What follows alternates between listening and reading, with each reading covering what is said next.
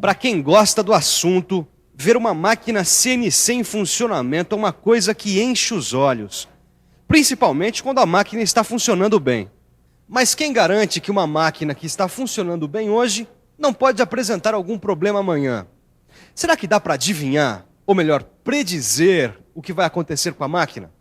A resposta para essa pergunta está no exame dos resíduos de metais presentes numa amostra de lubrificante coletada da máquina. Esse exame ajuda muito a manutenção. E aí, ficou interessado? Então se acomode bem por aí, porque esse é o assunto da nossa teleaula de hoje. Nessa teleaula, você vai ficar conhecendo o que é a ferrografia e qual a sua origem. Vai conhecer o ferrógrafo e o seu funcionamento. E mais, vai ficar por dentro dos procedimentos a serem observados na hora de se coletar a amostra que vai ser examinada. Bom, olhando assim, ainda não dá para predizer o que vai acontecer com essa máquina de comando numérico. Mas uma coisa eu posso garantir: você vai aprender muita coisa na teleaula que está começando agora.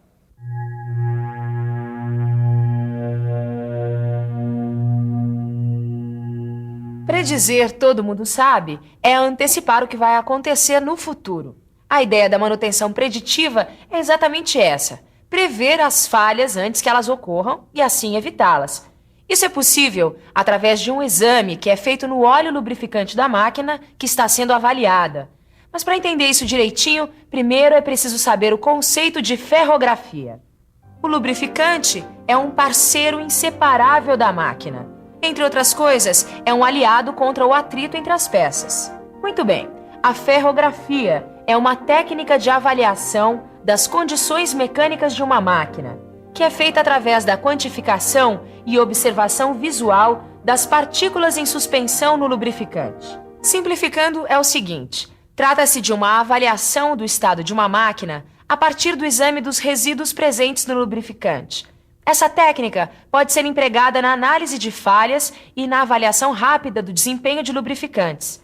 Vale a pena conhecer um pouco sobre a origem dessa técnica.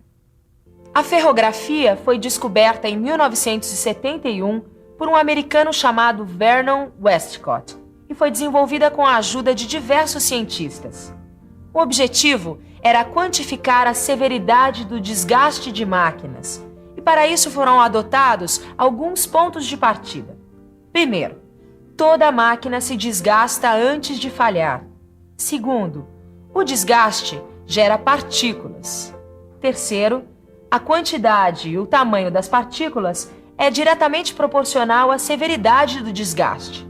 Quarto, os componentes de máquina que sofrem atrito normalmente são lubrificados, e assim as partículas resultantes do desgaste ficam em suspensão no lubrificante durante algum tempo. E quinto, como as máquinas e seus componentes são feitos basicamente de ligas de ferro, a maior parte das partículas encontradas no lubrificante são provenientes dessas ligas. Bom, tudo faz sentido agora. Antes de falhar, a máquina apresenta desgaste. Esse desgaste gera partículas. O tamanho e a quantidade dessas partículas vai depender da severidade do desgaste. Essas partículas ficam um tempo em suspensão no líquido lubrificante. Essas partículas, é lógico, são feitas de pedacinhos de ligas metálicas, que é o mesmo material de que são feitas as máquinas e os seus componentes. Exatamente. Pelo que eu entendi, para a gente avaliar uma máquina, a gente precisa descobrir a quantidade e o tamanho dessas partículas suspensas numa amostra de lubrificante. Agora, como é que a gente vai fazer para contar essas partículas? E o pior, como separá-las por tamanho? Tô vendo que vocês já estão preparados para conhecer o aparelho inventado pelo Westcott. Essa é a solução para os nossos problemas. Exatamente. Esse é o esquema de um aparelho que separa as partículas em suspensão no lubrificante de acordo com o tamanho. Prepare-se para conhecer o ferrógrafo. Nesse esquema simplificado, fica fácil entender o que é e como funciona o ferrógrafo. Ele é composto por um tubo de ensaio, uma bomba peristáltica, uma mangueira, uma lâmina de vidro, um ímã e um dreno. Agora vamos ao funcionamento. A bomba puxa o lubrificante do tubo de ensaio, fazendo ele se movimentar pela mangueira em direção à lâmina de vidro. E como a lâmina de vidro é ligeiramente inclinada, o lubrificante escorre sobre ela. Então, o que acontece? As partículas de metal suspensas no lubrificante são atraídas pelo ímã, e aí é que está o pulo do gato. As partículas maiores são atraídas com mais força e, por isso, se depositam antes na lâmina. Ou seja, as partículas vão se depositando na lâmina de acordo com o seu tamanho. As maiores, logo no começo, e as menores, mais abaixo. Grande Westcott. É mesmo. Só que ainda tenho uma dúvida. Que as partículas foram separadas por tamanho, tá claro. Agora, qual é o tamanho das partículas? Pelo que eu entendi, não basta separar, tem que saber o tamanho que elas têm. Né? O Caio está coberto de razão. O dimensionamento das partículas pode ser feito com o auxílio de um microscópio de alta resolução chamado ferroscópio. Foi assim que os cientistas verificaram que as partículas que se fixaram no início da lâmina de vidro tinham 5 micrômetros e as que se depositaram mais abaixo tinham entre 1 e 2 micrômetros. E atenção para o mais importante. Eles descobriram que partículas com mais de 15 micrômetros indicam desgaste severo, ou seja, problemas à vista. Já partículas de 1 e 2 micrômetros indicam desgaste normal, quer dizer, tudo está funcionando bem. Essa lâmina será usada para observarmos as partículas no ferroscópio. Ela se chama ferrograma. Para se chegar à vazão de fluido e ao ímã mais adequado, muitos testes foram feitos. Graças a esses testes, nos ferrógrafos atuais, 98% das partículas ficam depositadas na lâmina. O ferrograma nada mais é do que uma lâmina preparada que permite obter a dimensão aproximada das partículas que se depositam. É uma lâmina de 57 milímetros, por onde escorre o lubrificante.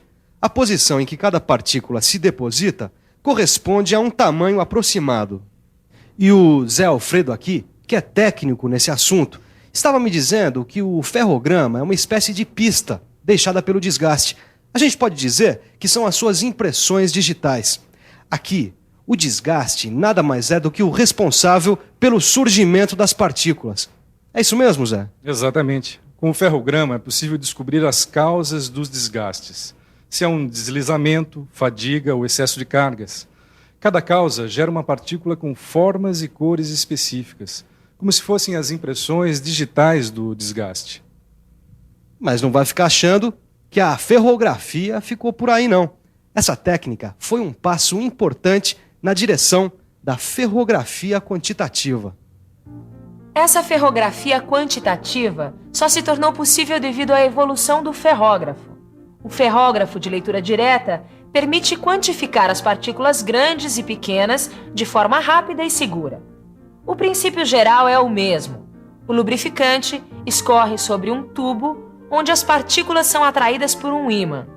A diferença fica por conta do sistema de feixes de luz, sensores ópticos e um processador que possibilita a leitura das partículas diretamente, indicando no display de cristal líquido.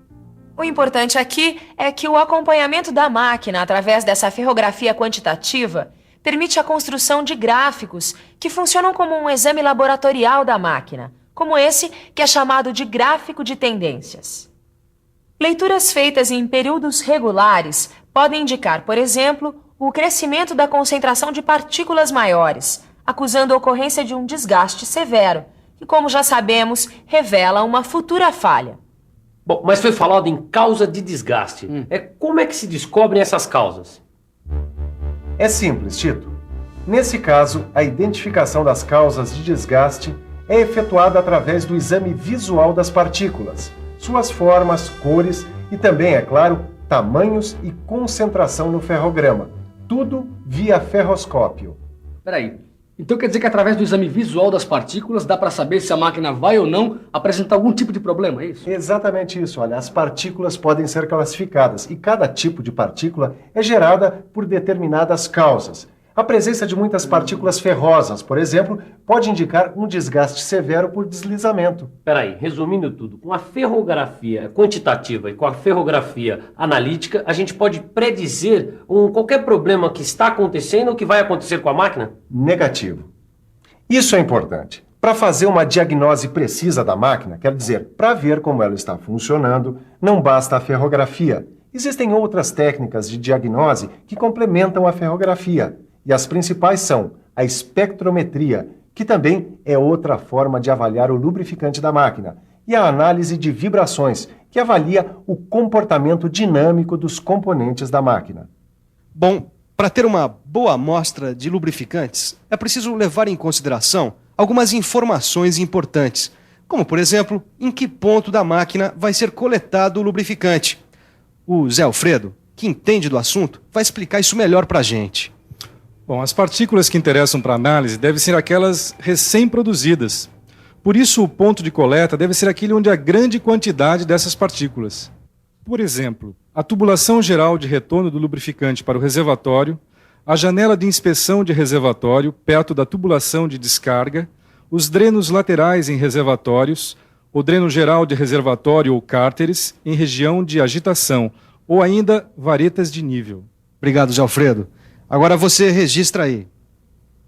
São necessários 100 mililitros de amostra que devem ser colocados num vidrinho de 150 mililitros.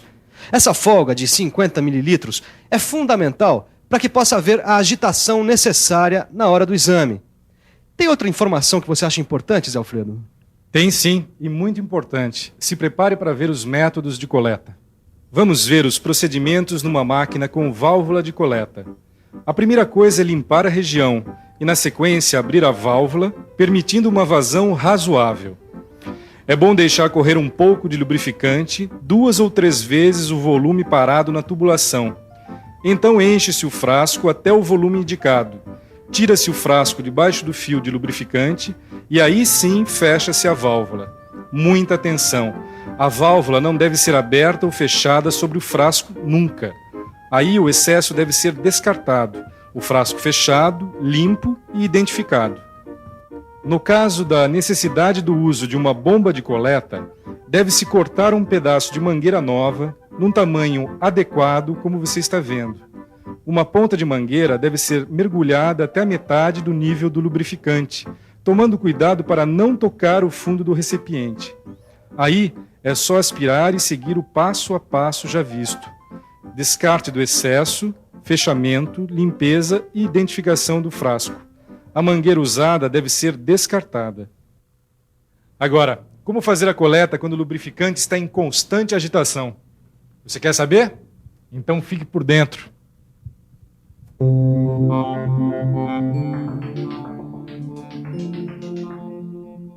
Quando o lubrificante estiver em constante agitação, a amostra deve ser coletada pelo método da imersão. Primeiro, o frasco deve ser destampado e preso no suporte com braçadeiras. Depois, deve ser mergulhado de boca para baixo no reservatório ou canal até mais ou menos na metade do vidro. Cuidado para não tocar o fundo do reservatório. Na sequência, o frasco deve ser virado para o enchimento. Daí para frente é tudo igual. Descarte do excesso, fechamento com a tampa, limpeza e identificação da amostra. E depois de tanta informação, nada melhor que uma revisão. E atenção, se liga aí que é hora da revisão. Na teleaula de hoje, você viu que é possível fazer uma manutenção preditiva através do exame do lubrificante usado nas máquinas. Exame que é conhecido como ferrografia, uma espécie de estudo das partículas de metal geradas pelo desgaste. Aprendeu o que é o ferrógrafo e como é o seu funcionamento. E viu que a partir do ferrograma podem ser feitas avaliações do estado da máquina através da ferrografia quantitativa e da ferrografia analítica. Por último, ficou sabendo quais devem ser os pontos de coleta do lubrificante para análise e também os métodos de fazer essa coleta. Tá aí. Gostei dessa tal de ferrografia. A gente bem que podia Fazer análise do óleo lubrificante de uma de suas máquinas. Tá vendo como são esses dois? Mal acabaram de aprender e já querem praticar. Mas tá certo, é assim que se aprende. Mas antes da prática, você já sabe. Tem que pegar o seu livro de estudos e fazer os exercícios. Até mais. Tchau. Tchau.